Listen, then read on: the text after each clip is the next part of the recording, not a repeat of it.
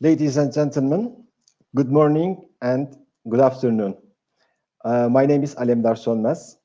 I am Automechanica Istanbul Fair Director, and I will be serving you as moderator today. First of all, I would like to welcome you all in the special webinar focused on target market North America commercial vehicles on our Connection Days platform. I would like to invite our distinguished speakers to the stage. Belkıs Ertaşkın, Hannover Fairs Turkey Deputy General Manager. Welcome, Belkıs Hanım. Mr. Orhan Sabuncu, Uludağ Automotive Industry Exporter Association, Vice President. Welcome, Orhan Bey. Thank you. Mr. Atacan Güner, Taysat Automotive Suppliers Association of Turkey, Board Member. Welcome, Atacan Bey. Mr. Hıdır Emre Şahin, Hıdır Usta Automotive CEO, OSS Aftermarket Association, Board Member. Welcome, Emre Bey. Welcome.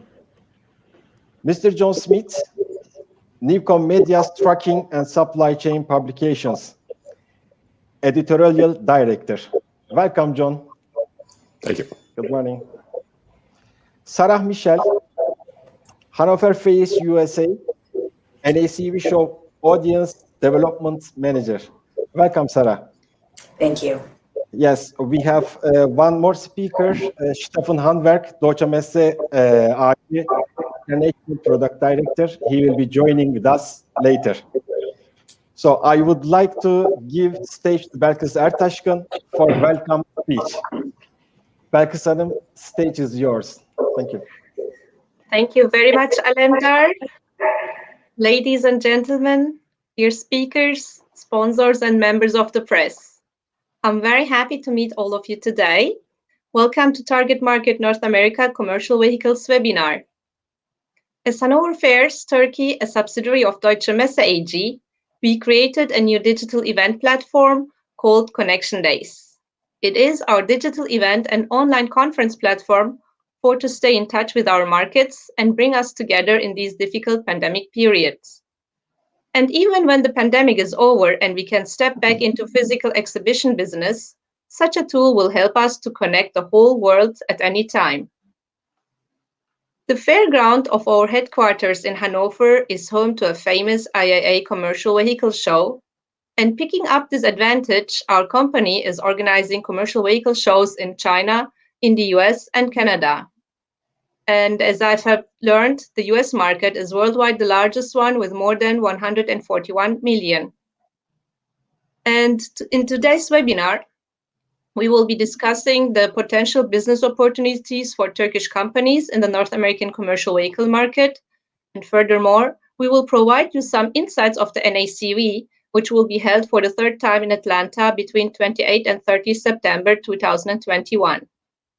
This year, for the first time, Uludağ Automotive Industry Exporters Association will organize a national participation at NACV. Therefore, we would like to thank you very much for the cooperation and contribution.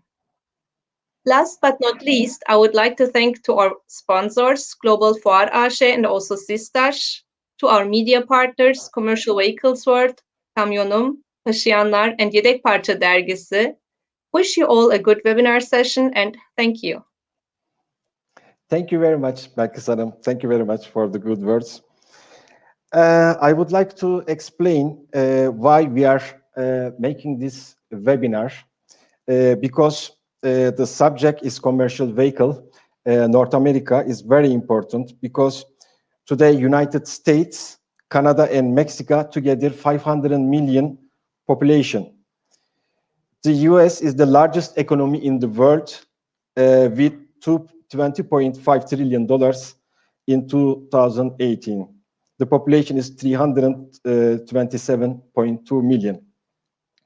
The North American is the world's largest market for commercial vehicles, over 141 million vehicles in use across the continent. So, according to trade map data, the USA imported approximately 2.6 trillion USD in 2018, which is the world's largest importer in the world. The USA, it is the second largest exporter country in the world after China. Because of that, this is very, very important topic for commercial vehicle industry for both sides, for North America and Turkey. So I would like to start our webinar with Mr. Orhan Sabuncu, Uludağ Automotive Industry Exporter Association Vice President. Welcome, Orhan. Just before you start your speech, I would like to tell some technical details about the webinar. For the audience, you could be able to ask your questions. Just on the right corner, there is an envelope. You can send your question. Click there, and you can send your question through there. And on the right-hand side, if you would like to change the language, you can switch from English to Turkish. So after every speech, we have 5 minutes breaks. You'll be able to ask your questions to the speaker. I will announce your name and the company if you are writing to me. I will forward to the speaker. So, Mr. Sabuncu, stage is yours. Thank you very much. Thank you. Distinguished guests, good morning and good afternoon, ladies and gentlemen. First of all, on behalf of Automotive Industry Exporter Association, I greet you with respect and want to express my pleasure in participating target market North America commercial vehicles webinar. Globally, the automotive industry has overcome a difficult year. The pandemic that we have been in for more than a year has led to unexpected losses in the automotive industry, especially in the first half of 2020. In year 2020, when compared with 2019, global motor vehicles market realized more than 12 million less vehicles due to 14% market shrinkage.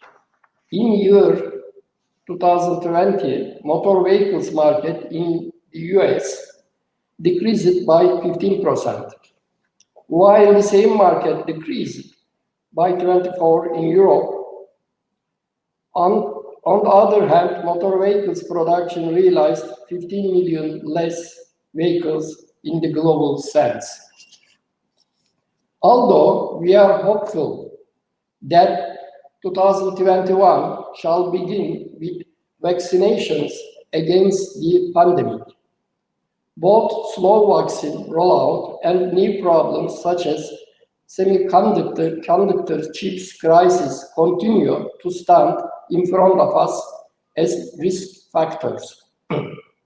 We can say that 2021 shall be better than 2020 in all respects.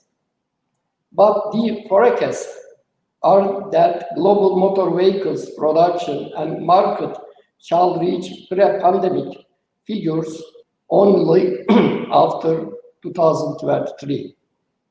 Dear guests, automotive industry is the sectoral export champion of the last 15 years in Turkey.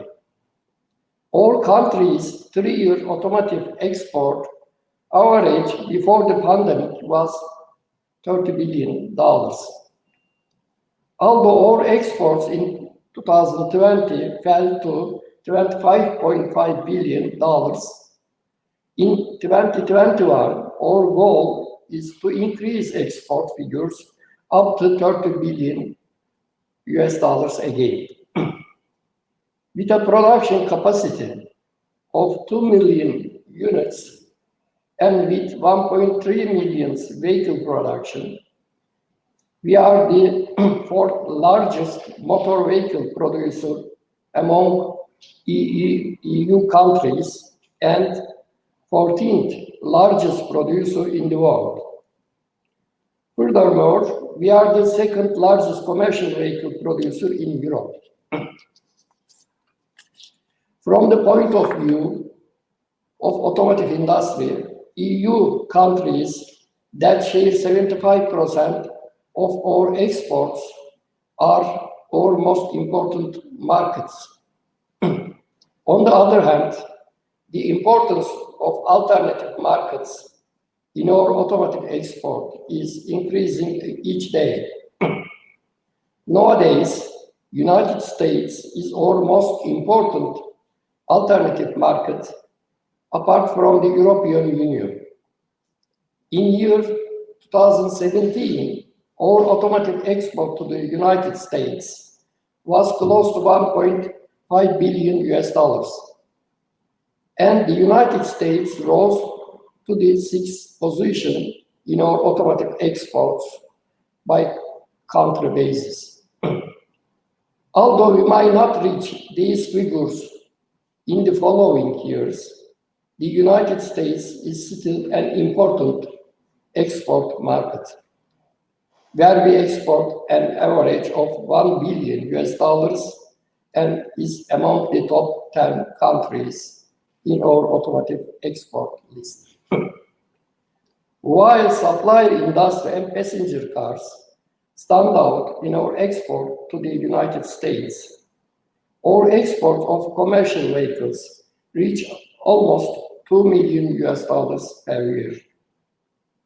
Our supplier industry export to the United States is over 500 million US dollars per year.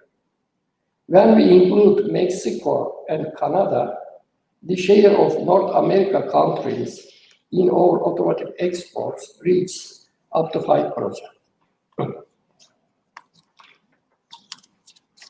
The United States is one of the world's largest motor vehicle producers and one of the world's largest automotive production centers. The country is also the world's largest market for commercial vehicles. When Mexico and Canada are included, North America hosts a commercial vehicle market of about 15 million units per year.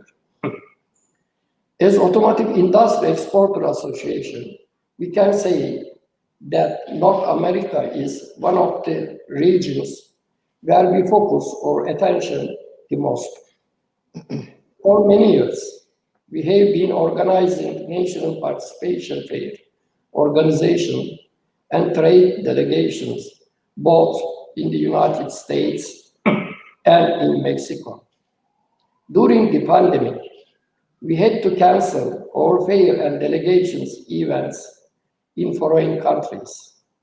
In this period, when online communication became important and e-commerce increased rapidly, we turned our faces to events in the digital environment. We take our first action on this issue in Mexico in 2020. 21 companies from Turkey and 31 companies from Mexico participated in the delegations. Finally, I want to remind you that as Automotive Industry Exporter Association, we are organizing national participation in the North American Commercial Vehicle Show in September 2021. Incentive up to 75% shall be provided by the Ministry of Trade for participating in the fair. I invite to all automotive exporter companies to this important fair. Thank you for your attention. Thank you very much, Mr. Savuncu. It was very interesting and very good speech. Actually, we are proud of automotive industry in Turkey because we are champion in the export side. So it's Automotive Exporter Union is playing very, very important role here, and everybody is working hard actually. Thank you very much for your efforts also. I have two questions to you, because Turkey and US relationship is very, very important, we said, and we are the 6th position in the export side to USA, which is very important. But both side presidents, they had targeted $100 billion export volume. So how can we achieve this goal? What should be done for both sides? And the first question is this one. You can answer this one first, if you would like. Okay, thank you. The foreign trade volume of $100 billion was discussed during the President Mr. Trump and President Mr. Erdogan meeting in 2019. And such a goal was set. However, in order for this to happen, firstly, a free trade agreement should be concluded between the US and Turkey. This is very important. For this goal, the F-35A aircraft project, which is currently suspended, needs to be resumed. Besides, the US imports from China have decreased by $100 billion in the last 2 years. Some of this decreased portion can be covered by Turkey. The US imports from Turkey were $8.5 billion in 2016 and $12 billion US dollars in 2020. The US imports are high in sectors which we are strong, such as electronics, machinery, and automotive. Our export to the US in automotive is $1 billion. We can increase it by severalfold. On the other hand, the US export to Turkey is about $10 billion. These figures also need to be increased for a trade volume goal of $100 billion. Is the answer for your first question? Yes, of course. Thank you very much. I would like to ask the parallel to this question, because if you increase the export to any country, you need to get more agreement, get relations, etc. Is there any possibility a free trade agreement with USA or any other ways? I don't know. Yeah, thank you. I have mentioned before that it is very important for a free trade agreement to be concluded between the countries. For the foreign trade volume goal of the $100 billion, we are aware our Minister of Trade took the initiative for free trade agreement negotiations between Turkey and the US to be started. However, because of our custom union agreement with the EU, in order to start negotiations, firstly, a trade agreement must be signed between the EU and US. As automotive exporter, we support the signing of FTA, free trade agreement, between two countries. Thank you. Thank you very much, Mr. Sabuncu. It was very, very good and comprehensive speech. Thank you very much. It is very proud to see us in this webinar. Thank you very much. I would like to announce the second speaker of us today, Mr. Atacan Güner, TAYSAT Automotive Suppliers Association of Turkey board member. Welcome, Atacan Bey, again. Thank you very much, Alemdar Bey. Can you hear me? Yes, I can hear you very well. Good Thank you very afternoon, much. all participants. Good afternoon. Yes. Good morning, some participants. Good morning. Good afternoon, some participants as well. Yes. Good morning and good afternoon to all participants. My name is Atacan Güner. I am board member at TAYSAT, which is Automotive Suppliers Association of Turkey. I will be making a short presentation to introduce TISAT and give brief information about our activities specific to export business. I need to share my screen. Just a second.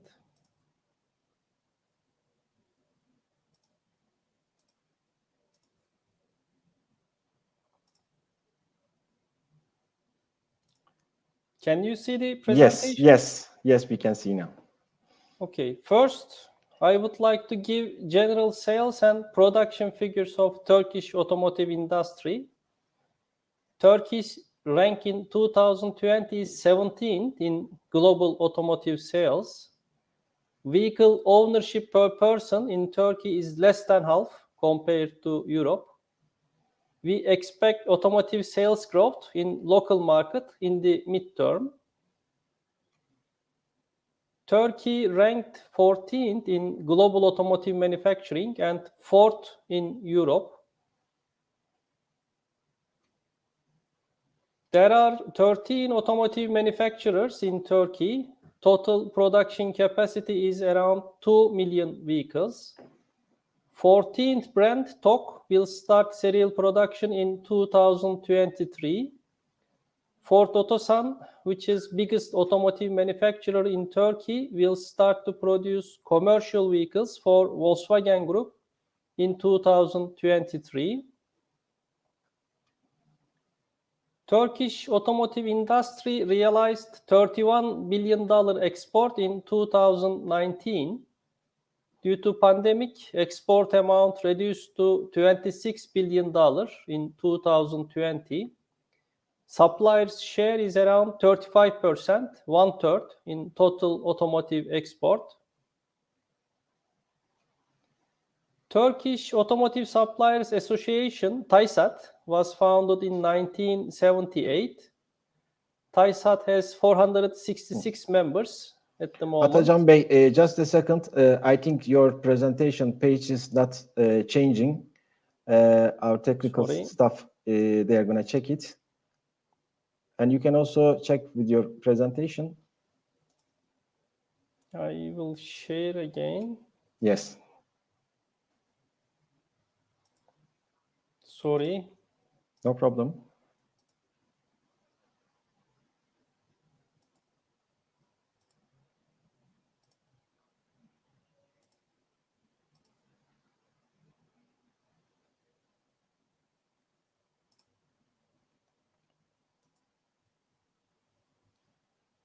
Yes, now. Can you see the screen? Yes, please continue. TISAT members slide is on the screen. It says TISAT Turkish Automotive Suppliers Association was founded in 1978. Correct page. Turkish Automotive Suppliers Association, in short, TISAT, was founded in 1978. TISAT has 466 members, employing more than 200,000 people. TISAT is a member of European Association of Automotive Suppliers. TISAT members' total sales turnover is around 25 billion euro. 25 of the members' corporate structure is either joint venture or foreign direct investment. 51% of the members have more than 30 years experience. I move to next slide. Can you see the next slide? Yes, we see. Okay. TISAT members are capable to develop and produce 80% of the parts on the vehicle. 179 TISAT members have R&D center authorized by Turkish Ministry of Industry. TISAT members' main export market is Europe with a share 60%. Export share of USA is around 8%. 123 TISAT members are exporting to USA and generate around $760 million export sales turnover. TISAT members have investments outside Turkey. In total, 160 investments in 43 countries. More than half of the investments are in Europe. 11 of our members have 13 investments in North America. TISAT organizes customer meetings and visits for networking and business development purpose in all regions. We have organized visits to Fiat, Ford, and GM in USA in the past. We are planning to visit Paccar Group and Fiat in USA for the beginning of 2022. Turkish automotive industry export target for 2023 is $44 billion. We have to realize 45% increase in automotive exports compared to 2019. In order to support export growth of automotive industry, we kicked off a joint project with OIB, Automotive Exporters Association of Turkey. The aim of our project is to strengthen the brand and the image of Turkey in target export markets. We have determined 5 target countries.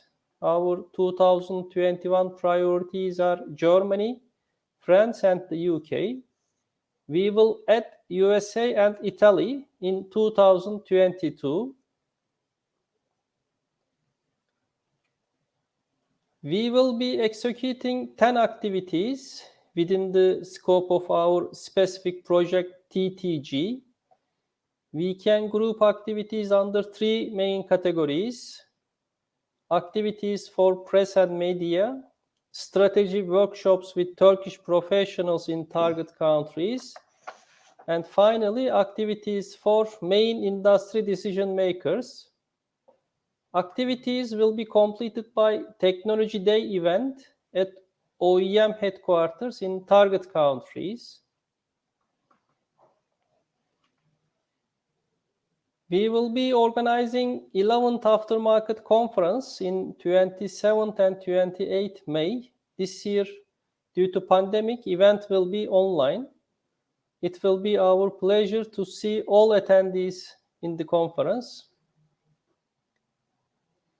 This is the end of my short presentation. Thanks to all for your attention. Thank you very much, Mr. Güner. Thank you very much. It was very informative and very comprehensive presentation. I have 2 questions to you also.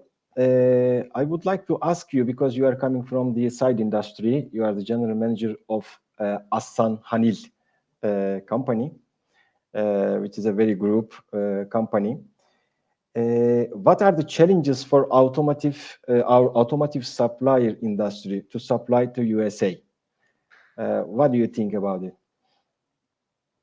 So there are 2.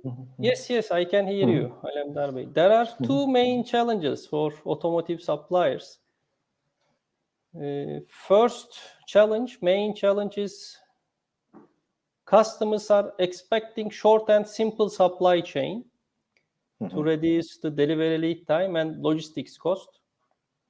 So we should be manufacturing locally, or in the worst case, we should be delivering locally through a warehouse nearby customer in USA. This is first challenge. And second one is technology is developing so fast. Electric or alternative fuel vehicles, connected cars, autonomous driving vehicles, volume share will increase rapidly in the market. Suppliers should be developing technology and new products to keep their business and to control their profit margins and be a strategic partner to the customer.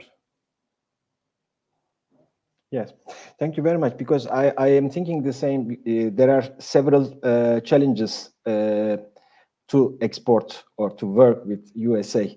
Like you said, there is a big distance, there is a time difference as well. But these challenges also for the other countries' challenges as well, like China, like Japan, like Germany. They are also having the same difficulties to North America exportation. Maybe they have some advantages, but in near future, I am sure we are gonna overcome these challenges as well, and we are gonna export more. We are gonna work more. Before to give another speaker to the stage, I would like to congratulate for your new position in TISAT. Thank you very much. I would like to congratulate all board members and Mr. Albert Saidam. Thank you very much for your presentation. You're welcome. It was my pleasure. Thank you very much. I would like to invite now our speaker, Mr.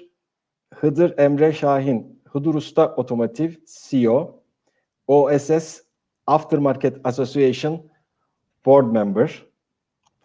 Welcome, Emre Bey. How are you? Thank you. I am fine. You? Thank you very much. Very well. Thank you. Stage is yours. We are waiting your speech. Thank you very much. Okay. Thank you. Hello, dear stakeholders of the sector and the participants. Before sharing my remarks, I hope you are well and safe during these tough days. And I hope this event will be effective in opening doors on new business opportunities. Today, I stand here as the board member of Turkish Automotive Aftermarket Association, which leads the future of the Turkish aftermarket industry, and as the CEO of Hıdır Usta Automotive Company, which has been operating in wholesale spare parts distribution for commercial vehicles since 1978. OSS, which brings together 80% of the players in Turkish automotive aftermarket, has been operating to defend the interest of the consumers, manufacturers, and distributors since 1995. Our association has 192 members, including 113 distributors, 79 manufacturers, and with 7 working groups. It gives voice to our industry, which has more than $5 billion of market size. OSS closely monitors global market dynamics as a board member of FIGEFA, the umbrella organization of association in the European automotive aftermarket industry. Our association shares insights with its members on a wide range of subjects, including access to in-vehicle data, block exemption, and cyber security. I would like to share some information about our company, as the commercial vehicle market is one of the focal points of this webinar. Hıdır Usta Automotive Company, with its more than 40 years of experience in commercial vehicles spare parts distribution sector. Today, with more than 70 global suppliers and more than 150,000 spare parts references, we offer services for the whole heavy vehicle range. We are leading sector with our deliveries to more than 3,000 locations across Turkey, to our branches at 6 locations, and also our storage area, which is larger than 40,000 square meters, with our extensive range of stock. At Hıdır Usta Automotive Company, we are one of the leading players in the Turkish commercial vehicle spare parts distribution. However, in our global activities, particularly in North America, the lead actor is Vibrocaustic CV Air Springs, one of our group companies. Vibrocaustic, an OEM supplier to leading brands, has extensive expertise on manufacturing air spring for commercial vehicles and has manufacturing facilities in Turkey, Hungary, Mexico, and China. Vibrocaustic also has experience in North American market, which is one of the strategic regions in the company growth objectives. North America is one of the most critical links in the global aftermarket of commercial vehicles. The vehicle structure, the key actors, and customer expectations are remarkably different in North America as compared to the Turkish market. the most important factor that affects the architecture of commercial vehicles is the vast surface area of the region. Large and bonneted cabin vehicles have different designs than similar vehicles as in Turkey. Growing fleets are more likely to establish their own workshops. They use authorized service shops only for complex repair procedures, and therefore shops keep limited stocks of spare parts, which are important considerations.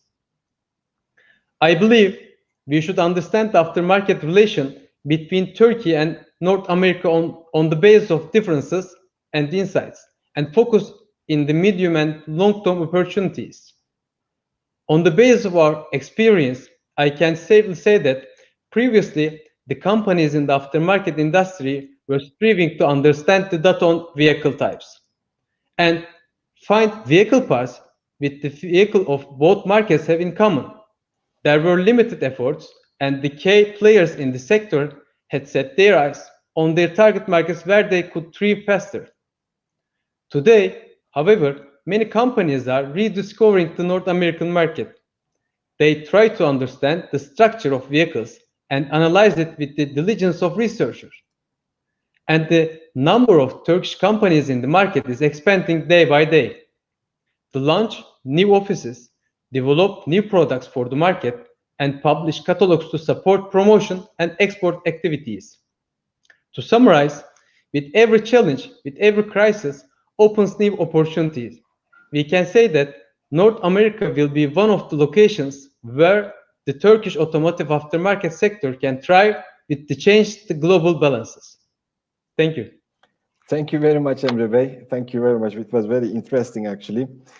So Turkish automotive industry is like traditionally we are exporting to Europe, North Africa, North Africa, Turkish countries, Turkey countries, this kind of market. Yeah. But of course, the vehicle types are different from USA and North American market, Canada, Mexico, and USA. So how do you see, because you know the distribution side and the manufacturing side as well. So how do you see our aftermarket position? Are we really ready, or we need to work much harder than this? How is the situation of Turkish companies?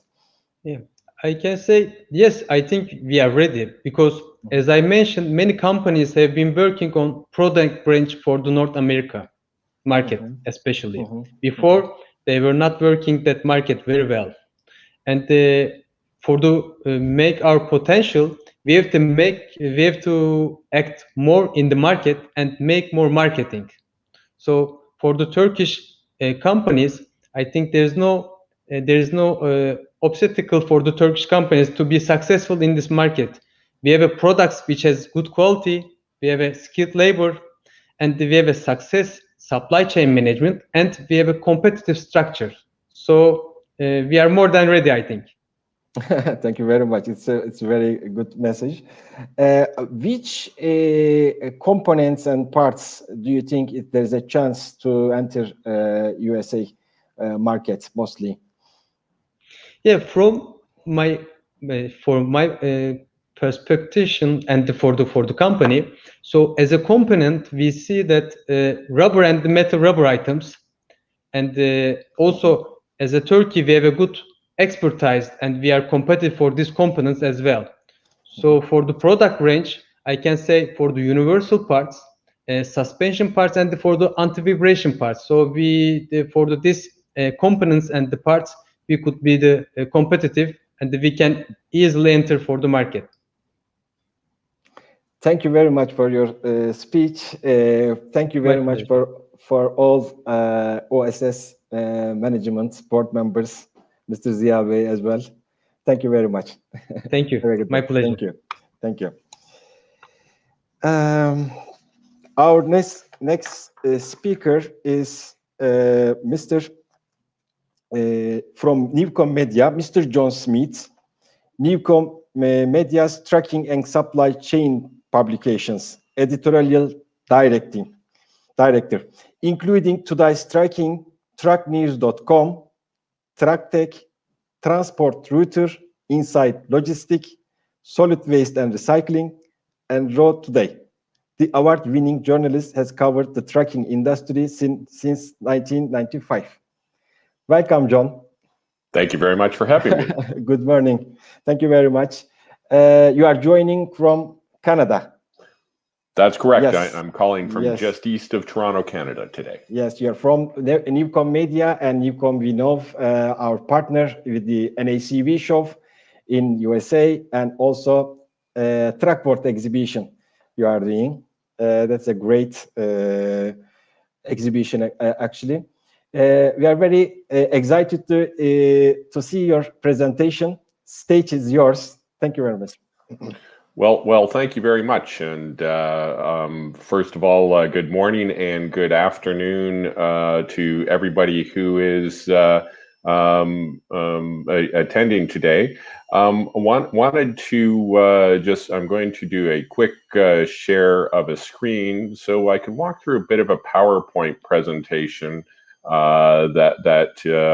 we'll go on a couple of different themes that we're looking at through the course of this morning. So just setting that up, and this way you don't have to stare at my face as we're working along.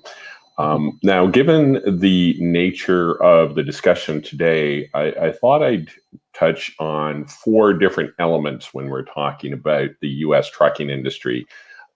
First of all, I want to set the stage to give you and the people attending an idea of the industry size and the demographics of what exists in that marketplace. From there, I thought I would touch on some industry issues. So different factors that drive the decisions for various purchases within the marketplace.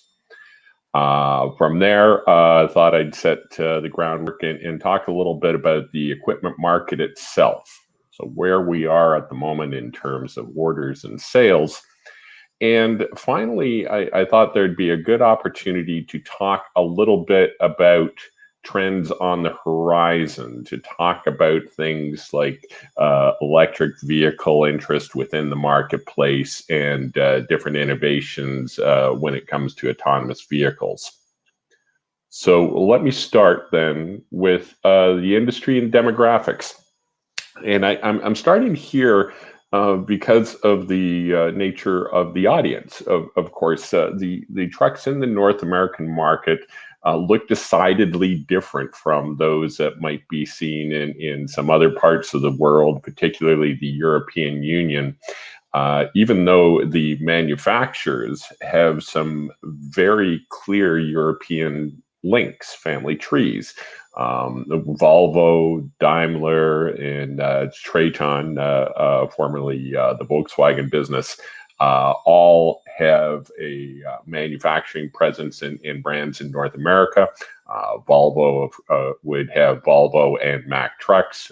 Daimler has the likes of Freightliner and Western Star. Traton is now purchasing International in the Navistar business. PACCAR, which has Peterbilt and Kenworth in North America, has presence in Europe with DAF. But I wanted to just touch on why the trucks look so different. And this is something that comes across different presentations that I'm involved with audiences in Europe. And it comes down to the cab overs that you see in Europe, for example, in the European Union, those largely emerged because of a greater focus on overall vehicle length and some tighter roadways and routes. But under the hood, there are differences as well. In the European Union, the focus has been, there was an earlier focus rather on NOx emissions, whereas in North America, the focus was initially on driving down soot. So that saw an earlier interest in diesel exhaust fluids in Europe, which eventually came to North America, whereas in North America, the initial focus started with DPF and evolved from there. Also in U.S. roads, there are higher average speeds, and that really opens up to more opportunities for the aerodynamic gains that come in at around 95 kilometers an hour. So again, that leads into some of the conventional designs. But the differences don't end there either. If we go to the wheel ends, while disc brakes are making their presence known in the North American market, on the truck side, it's still very much dominated by drum brakes. There's different safety systems that are emerging as well. A lot of the latest innovations that are coming in as options in the U.S. market are essentially being born out of opportunities to meet mandated EU safety systems that are coming in line. But from there, let me talk about the size of the industry itself. So in the US, you have just under 37 million registered trucks with businesses, and that would have been in 2018. That doesn't count government or farming applications, but it gives you a size of the overall market. Of those, 3.9 million are Class 8 trucks. So the heavy equipment side of things, they are operated collectively. There are 928,000 for-hire carriers, so those who would be engaged to haul freight for other businesses, and just under 800,000 private carriers that essentially move their own goods for freight as we go there. Most recently, to give you an idea of the amount of business they do, there's a saying in the industry, in the North American market, that if you got it, truck brought it. So if you got it in 2019, the trucks in the U.S. moved 11.84 billion tons of freight when we focus in on primary shipments alone. And they hauled or moved about 72.5% of the total domestic tonnage of freight that was moved, and collected for those services $792 billion, and which really is about 80% of the nation's freight bill. So that gives you a bit of an idea of the importance of trucking in the landscape that we're looking at here. Now, it's not all domestic freight, of course. And since I'm calling from Toronto, Canada today, it's important to note that about 2/3 of the surface trade with Canada that moved by truck, that's about $343 billion in freight by value. And when we're talking surface trade, that would also include pipelines and rail. 83% of the surface trade with Mexico moves by truck. And a lot of those cross-border, well, all of those cross-border movements, are governed by the Canada-US-Mexico trade agreement, which is a recently renegotiated agreement that had built on the long-standing NAFTA treaty. And it's actually known by different names depending on where you're based. So if you're talking in the US, they refer to it as the US-Mexico-Canada agreement. And under that, not only does it govern the freight inside the trucks, but it did introduce some more domestic content requirements for the equipment itself. There's still certainly plenty of opportunity for imported content, but again, it does govern some of the differences there.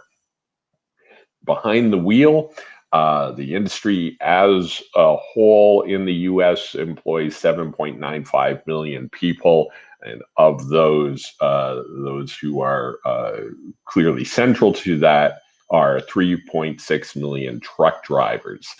And an ongoing driver shortage, an intensifying driver shortage, continues to be the top industry issue. And I'm going to touch on that in a few moments because it affects what some purchasing decisions are as well. But what are those issues? So what do the American truck buyers really worry about? And for that, there's a group called the American Transportation Research Institute that does a great poll every year that looks, just gauges the top industry issues among US buyers. And they're very similar to the kinds of themes that we see on the Canadian side as well.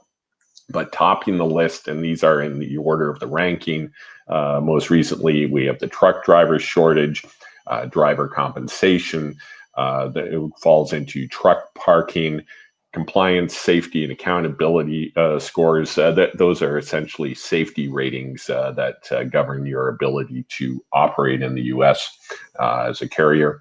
The availability and cost of insurance, driver retention, tort reform, which touches on the insurance side. I'll get into why in a moment. The overall economy, detentions and delays at customer locations, and hours of service. So I wanted to go into the driver shortage. So to put it into perspective, there were more than 60,000 truck drivers short in 2018.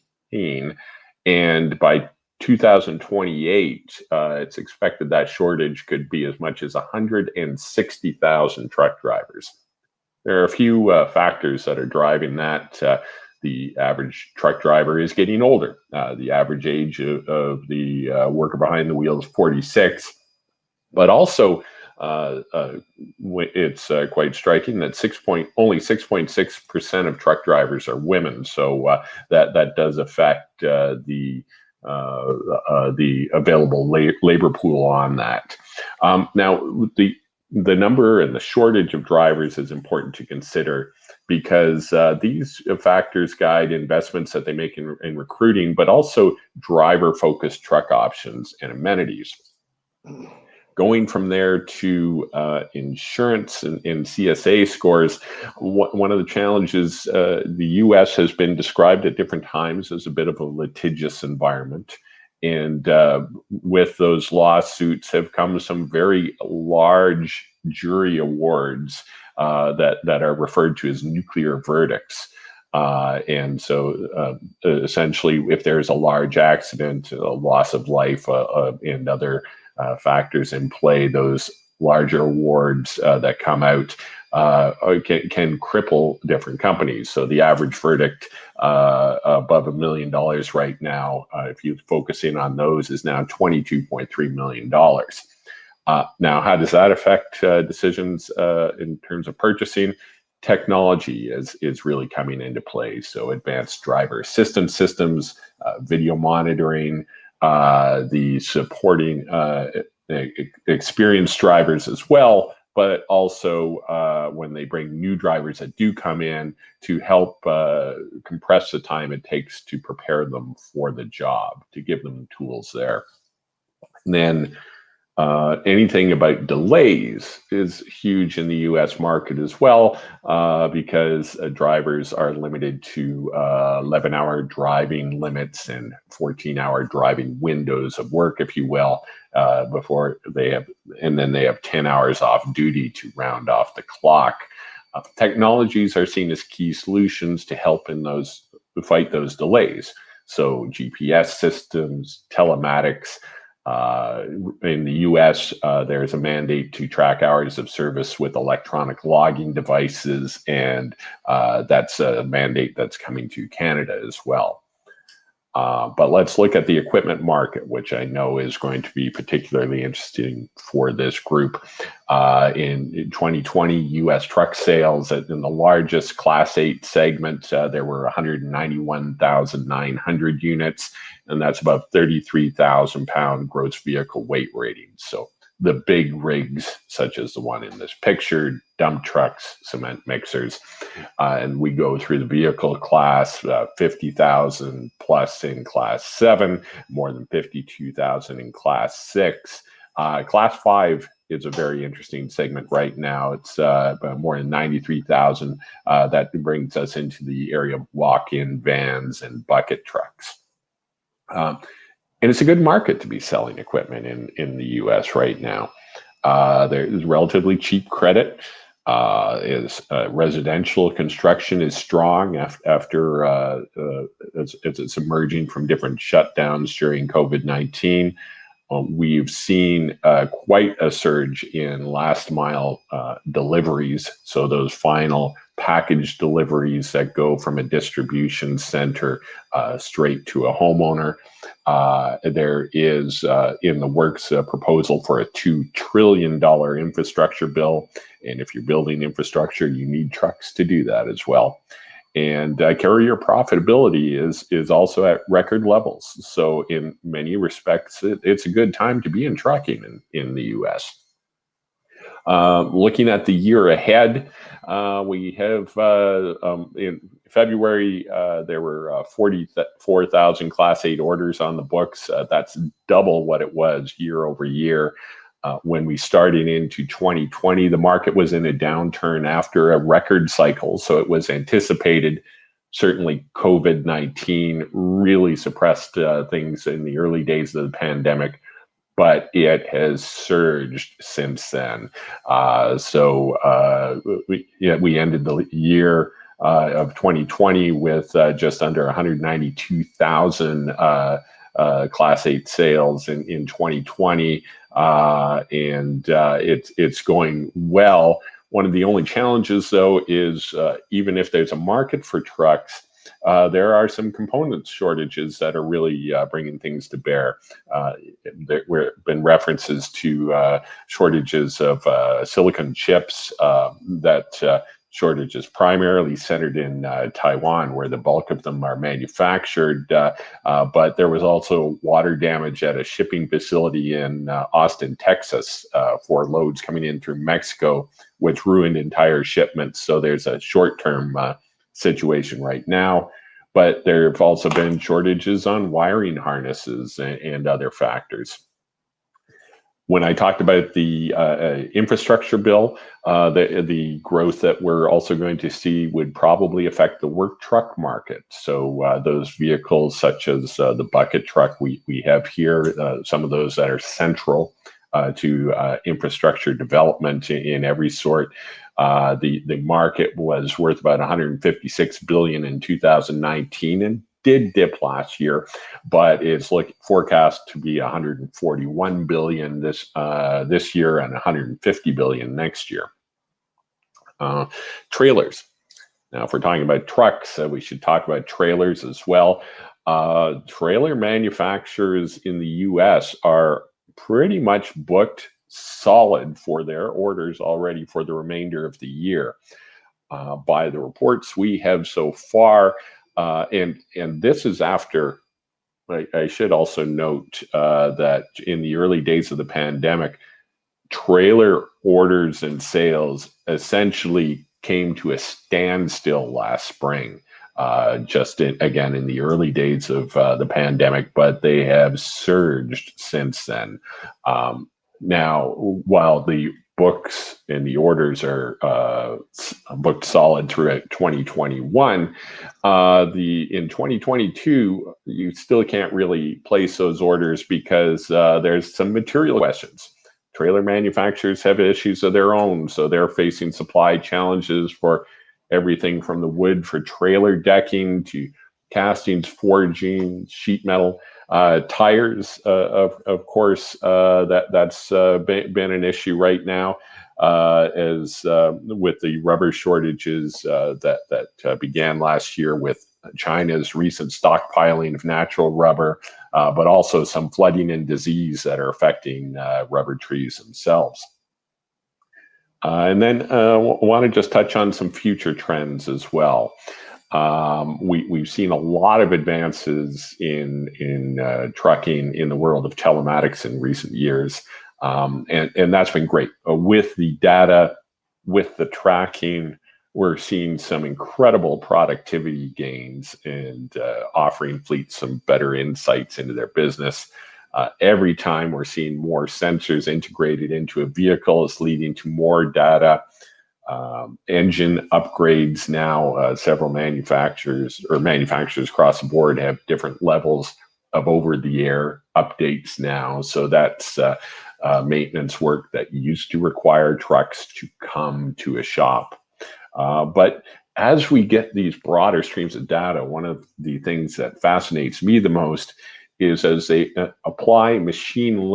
the manufacturers apply machine learning to all of this data, they're bringing us closer to predictive maintenance models.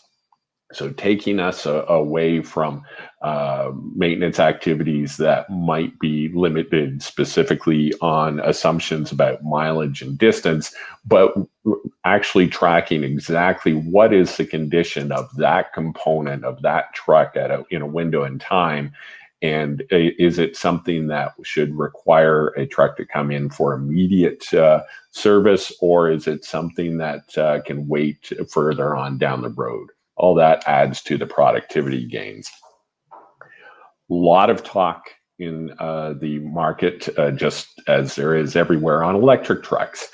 Now, some dynamics of the U.S. marketplace make the rollout of some heavier equipment a little more challenging. There's still weight and range limits when we're talking about the vehicles.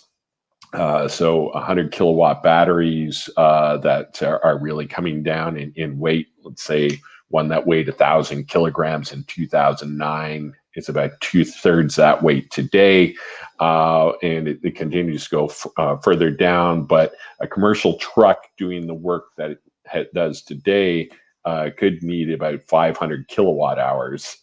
So it all comes down to the application.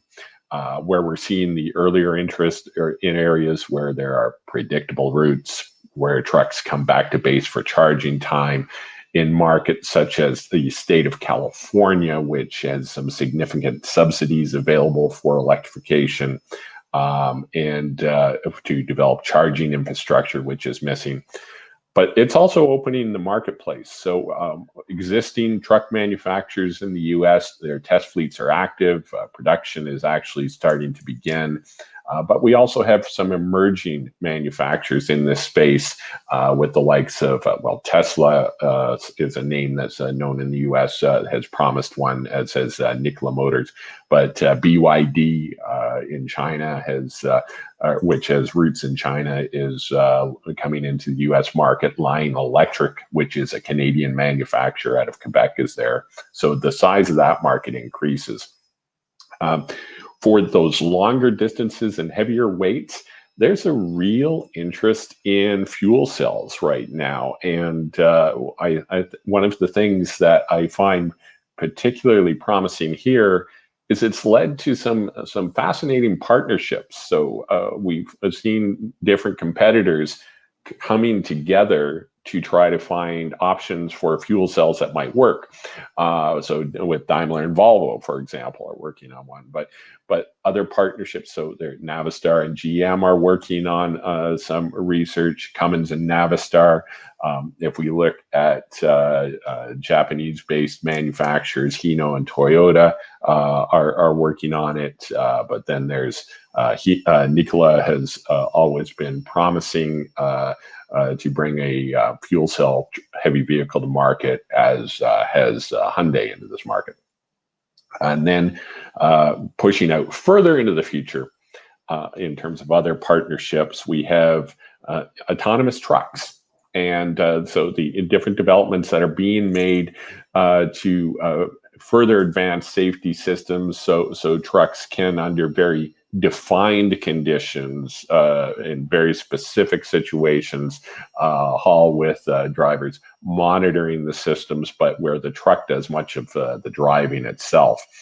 So Daimler has working with Waymo and Torque Robotics right now, Traton and Too Simple, in other examples on the screen here. But we're seeing a lot of the tests and a lot of the focus for this equipment in the southwestern U.S., still many barriers to overcome. There are going to need to be truck drivers for a long time yet, but they're trying to find answers to different questions that are out there.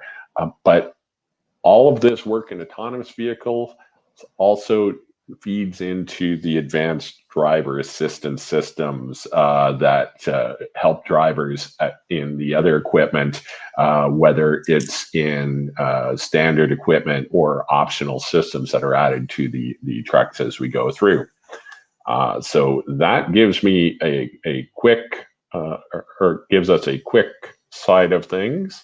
And let me turn to any questions that you might have. I hope that's helpful. Yes, John, thank you very much. It was very interesting, actually. I had to write some highlights from your speech. Of course, you talk about telematics.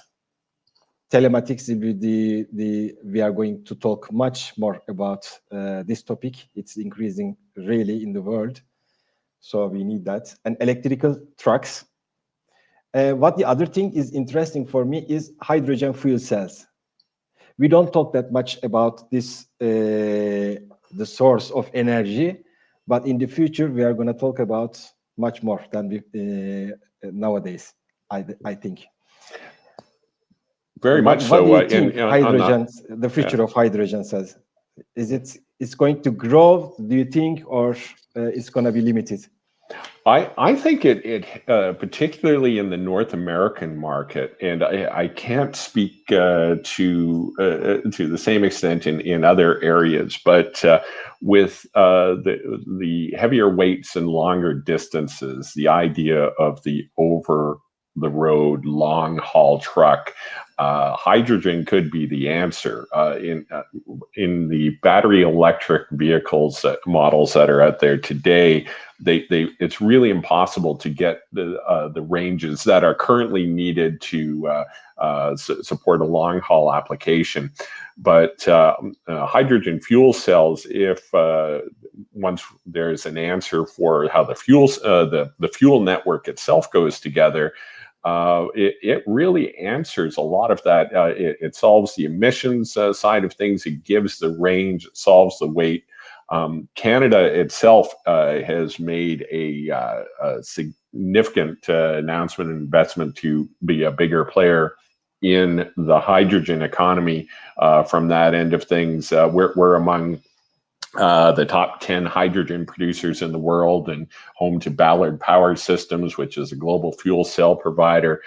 So clearly in our market, where we also have much heavier vehicles traditionally than in the US, gross vehicle weights on US interstates cap out at 80,000 pound gross, whereas in Canada, we're closer to the European weights in around 90,000 typically, but it goes heavier from there depending on the area of which province, which region of Canada it might be in. But a lot of research undergoing there. But the very fact that you're seeing when Daimler and Volvo announced the announcement that they were working together on technology like this, that really helps to reinforce the fact that that there's some clear movement in that space. A lot of the attention's on battery electric vehicles, but hydrogen, I think, will be a big player to come. Yeah. The next question is for the mostly automotive professionals from Turkey. They wonder about how the competition will continue after pandemic or with the pandemic, because for United States, Mexico, mostly United States, has problem with China and trade problems, etc. I don't know these problems gives any advantage to Turkish companies to enter the market, especially to Canada and USA, because everybody is wondering about how this agreement is continue between China and USA. Is the trade volume is going to get down, and other competitors will enter the market, fill the gap. What do you think about it? Well, there's a couple of factors at play in the U.S. Certainly under the previous presidential administration of Donald Trump, he made no secret about different America First trade policies. So how that shifts under a Biden administration, time ultimately tells on that. There's undeniably some trade friction with China right now. I do believe given the current supply shortages on a number of different factors, that opens the door to other countries, other sources to present themselves as options, because the manufacturers themselves, right down to the fleet level, they're probably going to look to make sure that they're not victims of shortages that are associated with a single market or a single supplier.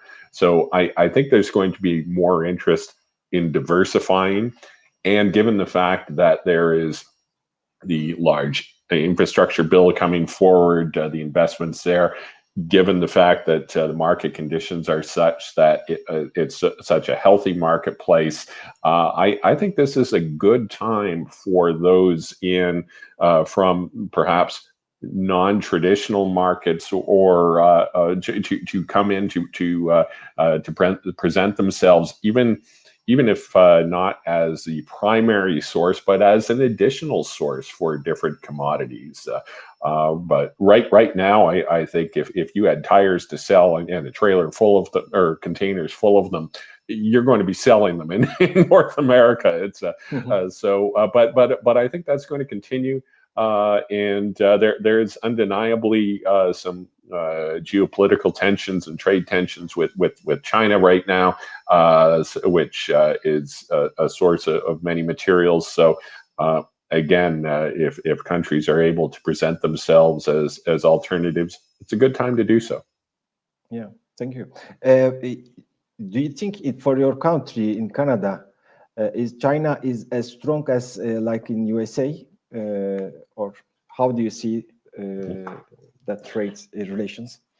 Sure, and they're very similar, very tied together in that from the manufacturing of trucks in North America is very much a North American entity. So it falls under the Canada, U.S., Mexico agreement as well. So certainly, as anything that touches an aspect of that supply goes forward, there are different tensions between Canada and China right now, and again, how all of this plays out in terms of overall trade.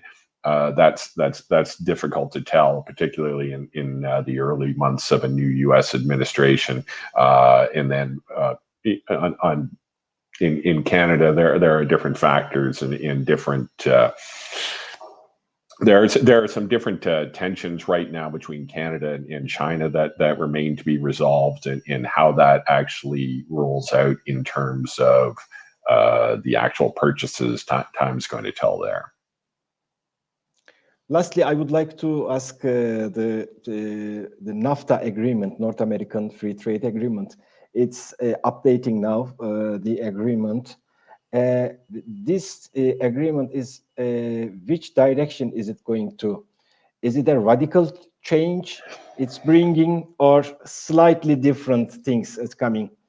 From what I saw when reviewing the U.S.-Mexico Canada agreement, or whichever order you want to talk about it, I didn't see it as radically different from NAFTA. It's really it did update it.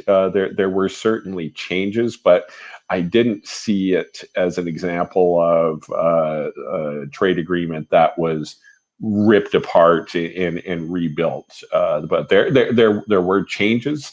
and in terms of some domestic content requirements for vehicles is just one example there. But I would really describe what we have today as an update of what was already on the table, and has and really the trade relationship between Canada and the U.S. Is one of the strongest trade relationships in the world, and continues to be so. So it's, you know, there are the new rules that apply, and rules evolve. If you look at my hair, I'm old enough that I can remember when it was just a Canada-U.S. trade agreement before it became the North American Free Trade Agreement. You look now very young. yeah. So it just it evolved from there. But again, I think fundamentally what we have is an update of the trade agreement that was in place. Thank you very much, John. Thank you very much. We are very happy having you here. For the first time. I hope in the future we can continue like this, the trend topics, maybe with the trend topics in the future, like telematics, hydrogen fuel cells, electrical trucks, etc. There are a lot of subjects to discuss. Thank you very much. Thank you. Have a nice day. Thank you, sir. Thank you very much. Thank you. I would like to announce our next speaker from our HFT USA office, Miss Sarah Michel. Hi, Sarah. How are you doing? Very well, thank you. Good morning. Good morning, good afternoon. Good afternoon, yes. I mixed the time, you know. because our guests from Germany, from Canada, from USA, we are in Turkey. There are a lot of time difference. Presentation, yes. I hope you enjoyed the presentations as well. Today, today you are going to give information about NACV show. Yes, I am. And yes, I have been there in 2017. So it was a very exciting time for me, actually, in Atlanta. So we are excited to hear your presentation. well, is it ready? Do you have any problem? No, we're good. I'm going to share my screen right now, and it's great to have somebody who has firsthand experience on here.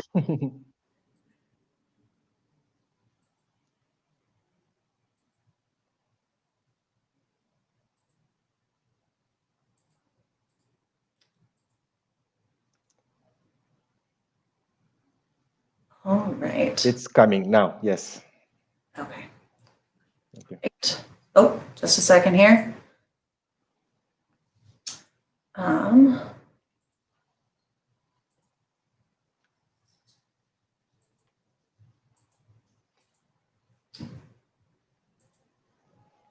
Here we go.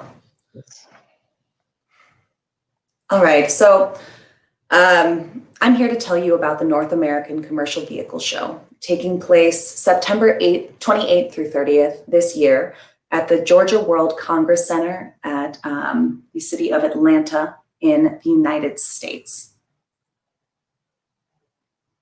The North American Vehicle Show, or NACV show, was developed to meet the unmet need of the US market for a high-end, fleet-focused commercial vehicle event, so that we could meet the business needs of all of the major Class 8 OEMs, which are Daimler, Peterbilt, Volvo, International, Kenworth, and Mack. The first NACV show was held in 2017 and is held on the odd years, so 2017, 2019, and now 2021.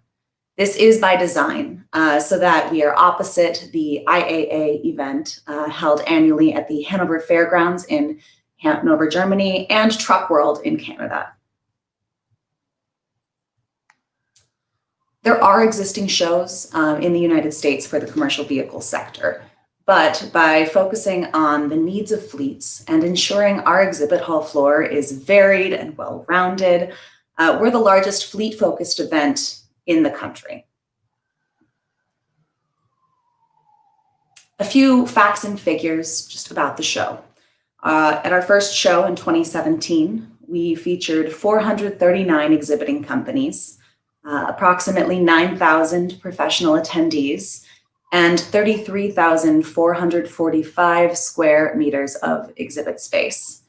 In 2019, we featured 473 exhibiting companies, just under 8,500 professional attendees, and approximately 35,000 square meters of exhibitor space. Now, looking ahead to 2021, we are so excited for this show. It's really an opportunity for us to get back to business and allow the commercial vehicle industry to do the same. We anticipate 350 exhibiting companies, 27,870 square meters of exhibit hall space, and approximately 6,000 professional attendees at the event. Everything will be in one expanded hall and take place over the course of 3 days, with the goal of truly being the gathering place for the entire sector. We are working through a number of different avenues. We're actively partnering with organizations and publications to serve fleets as best as possible.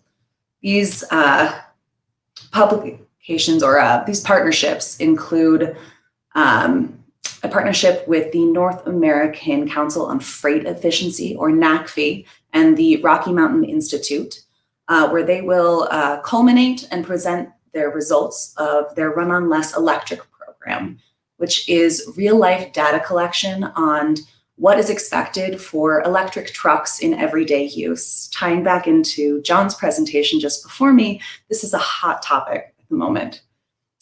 We also will be featuring a last mile conference put on by the publication Freightwaves, a co-location with the Heavy Duty Repair Forum, and much, much more. Our floor plan already looks pretty exciting and growing by the day. It is continually updated on our website, but it is pretty thrilling to see how many companies are already excited to get back to in-person events. Speaking of getting back to in-person events, the health and safety of all event participants is our top priority here. At the show, we will be featuring measures around temperature checks, enforced mask wearing, social distancing in our meeting spaces, and food and beverage guidelines. We are actively working with our venue as well, which is certified for the Gold Star in Outbreak Prevention, Response, and Recovery accreditation for facilities. In addition, we are making sure we're not planning this event in a vacuum. We have actively been soliciting feedback from the industry. We've conducted interviews with fleets from around the country and continue to deploy surveys to our attendee and exhibitor audiences, making sure that folks are planning on attending and seeing what they feel comfortable with in terms of safety precautions. And finally, we really hope to see you all at the show. Also, signs are lining up, and we can't wait to get back to business at the NACV show this September. To learn more about the show, register to attend, or learn more about exhibiting, you can go on our website, which is nacvshow.com. Yeah, keeping this presentation pretty short and sweet, but very excited. Thank you very much, Sarah. I would like to talk a little bit about the show, what I see when I visited NACV show. Great. It's very similar kind of like IAA exhibition in Europe, the structure. Mm-hmm. OEM aftermarket companies and the trucks, mostly based on truck and trailer companies there. And it was 6 companies participated for the first time, 2017 from Turkey.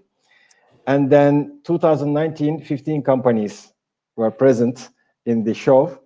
Mm-hmm. And I hope the next time, although there is a pandemic, we don't know yet, we are expecting much more companies to participate there.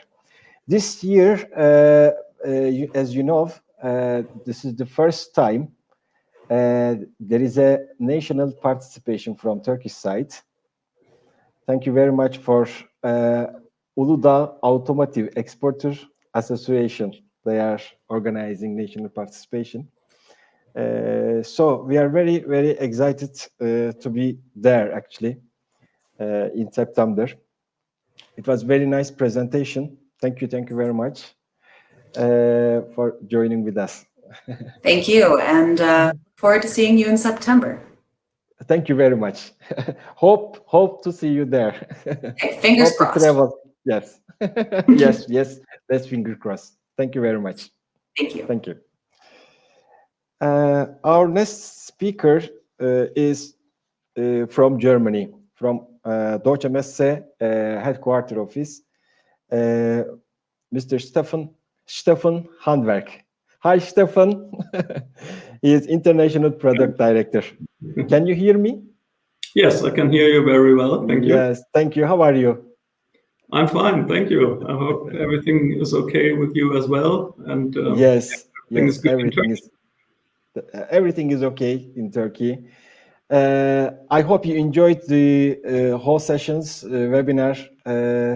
We would like to get like overview of how the strategy of Deutsche Messe about commercial vehicles. Yeah, thank you very much, Linda. Yes, I enjoyed it very much, and really big thank you for you and your team for organizing this event. I think it's a really good opportunity to get all the different point of views from the different countries and collect these very interesting and exciting facts and figures. Yeah, for Deutsche Messe here in the headquarters in Hanover, I'm at the moment here in the office and I look outside my window at the venue with all our exhibition halls, and we are really longing for you, and we are waiting to get back to business and start our next shows here on site, the venue. So we are prepared, and as our colleagues in the United States already in the starting blocks for NACV show.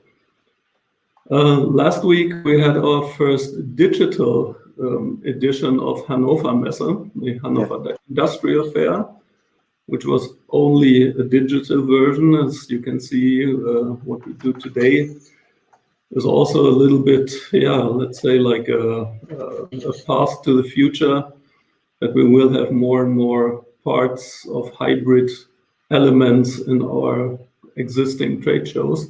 And I think it's a good chance to extend the reach and the participation possibilities for the companies as well from different countries.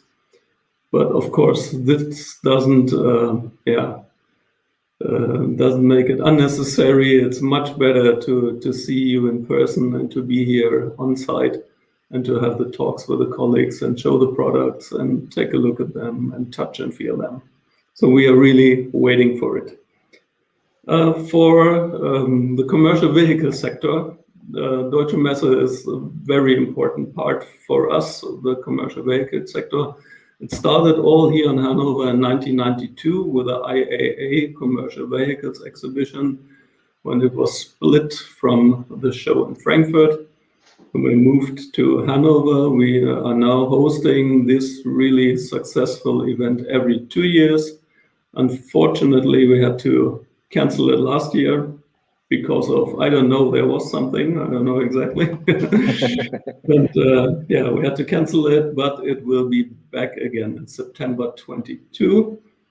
I think most of you know it very well. It's the biggest commercial vehicle show worldwide, and so kind of the mother trade show of all. We have over 2,000 exhibitors here, 85% professional trade visitors, and accompanied with a comprehensive conference and lecture program. The next part was China. Then we moved from there to China, but I will talk about China a little bit later. You heard about NACV show right now already, that we are going to have this in September this year in Atlanta again, and we are of course hoping that everyone is going to be there from Turkey. We are really happy to welcome you there. And Sarah, thank you for giving us an overview about the upcoming event. This is the second part. It was really a milestone for us to introduce this brand new show. It was a non-existing show in the United States. And it was for us the gateway to the North American market.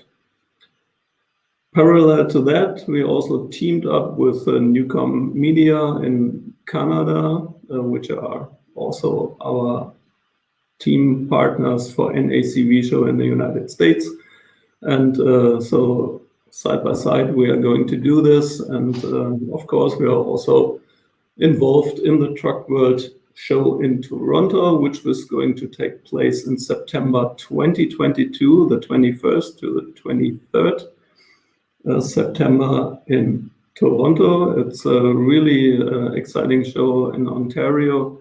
And yeah, if you are planning to do any business in Canada, this is the place to be. So take a look at it and yeah, get in touch with our colleagues. They will be happy to welcome you in Toronto as well. Yeah, the voyage around the world then continues in Turkey. We teamed up with Messe Frankfurt with Automechanica Turkey, which is going to be in November this year, end of this year in Istanbul. And this is yeah, a 50-50 cooperation between Deutsche Messe in Hanover and Messe Frankfurt, and also very much, of course, represented by our colleagues in Turkey, Hanover Fest Turkey, which are doing most of the organization for this really wonderful event. Unfortunately, as you know, most of our shows have been postponed or have been cancelled, but we are excited and we are very optimistic that the next editions are going to take place. The situation is going better at the moment, definitely, and if you take a look at China, this is a totally different picture with China at the moment. We have 3 shows in China, Chengdu Motor Show and Wuhan Motor Show, which are both trade events for passenger cars, mostly, and also for the big public. So many people are going there and taking advantage to see the new car releases and take a look at the exciting new cars. And we have the China Commercial Vehicle Show, which is dedicated to commercial vehicles, as the name says. And all these 3 events are going to take place this year. So we are pretty sure Chengdu Motor Show will be from 27th of August till 5th of September. They had the chance to run the show last year already, so it was the first major automobile event in China with the pandemic, and it was very amazing because there were 800,000 visitors during 10 days.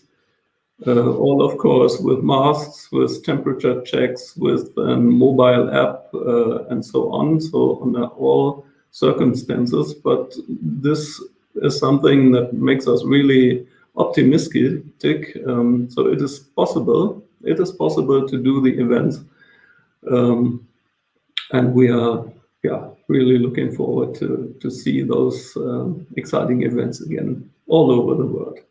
Wuhan Motor Show is in October, and China Commercial Vehicle Show will be from 1st to 4th of November this year. So also an opportunity. It's a very Chinese show, of course. It's very regional. But if you are already in China or doing some trade business in China, it's worth to take a look, or maybe if you have the opportunity to travel to Wuhan, then you're very welcome to join us there. So you can see we are hosting shows in several countries all around the world, and I hope this is not the end. We are looking forward to some more exciting truck markets. There have been some talks with Australia, with India, also with South America. But of course, this has been postponed a little bit because of the COVID-19 pandemic. But we will pick up the talks again as soon as we are able to run the business. And so, yeah, thank you very much. Commercial vehicles are very much important for us. And we have very good business relationships with the companies from Turkey, not only in the commercial vehicle sector, but also in our other shows, let's say for the carpets and for the industry and so whatever. Yeah. We are really happy to see all the Turkish companies on our shows. And yeah, I wish everybody good business, good talks, and hope to see you soon. Stay healthy, and yeah, thank you very much. Thank you very much. Stefan, as you know, as you mentioned, Turkish industry is growing very much. Last 20 years, 30 years, we had a lot of development and the quality side, quality-wise, and the price. They are very competitive. We can see in the shows around the world, actually, in German shows, in the carpet show, for example, like nearly 25% of the exhibition is covering by Turkish companies. Yes, yes. That's very interesting. And for IAA and for Automechanika Frankfurt as well, more than 250 companies participating there. Absolutely. That's amazing. And in the near future, I am expecting Turkish companies going to enter Mexican market, more Canada and United States as well. Yeah. So the strongest side is the commercial vehicle side, and we will do much better than this, I think. Thank you very much for joining with us. And I would like to stay there, please. I would like to invite all our speakers that speak today to say thank. Okay. Thank you. Thank you very much. Yeah. Thank you very much. Belkıs Ertaşkın, Hannover Fairs Turkey Deputy General Manager. Thank you very much, Belkıs Hanım. Mr. Orhan Sabuncu, Uludağ Automotive Industry Exporter Association Vice President. Thank you very much, Orhan Bey. We are very happy to see you here. Mr. Atacan Güner, TISAT Automotive Suppliers Association of Turkey Board Member. Thank you very much for joining with us. Thank you. Thank you. Mr. Hıdır Emre Şahin, Hıdır Usta Automotive CEO'su, OSS Aftermarket Association Board Member. Thank you very much. You are welcome. Thank you. Mr. John Smith, Newcoms Media Tracking and Supply Chain Publications Editorial Director. Thank you very much, John, joining with us. Thank you. Sarah Michelle, Hannover Face USA, NACV Show Audience Development Manager. Thank you very much, Sarah. Thank you. Thank you. Stefan Handberg, Deutsche Messe AG, International Product Director. Thank you very much, Stefan. Thank you. I would like to thank also our sponsors and media partners here. I would like to thank our sponsor Global Exhibition and Sistaş Forging. Thank you very much. I would like to thank all our media partners, Commercial Vehicles World, Kamyonum, Taşıyanlar, Yedek Parça Magazine. And I would like to say some of the questions we couldn't forward to the speakers because of the time-wise, but I am going to take that questions and forward to the speakers after the webinar. Thank you very much for sharing very interesting and informative ideas. It was very enjoyable, actually. Thank you very much for everything. On behalf of my team, have a nice day.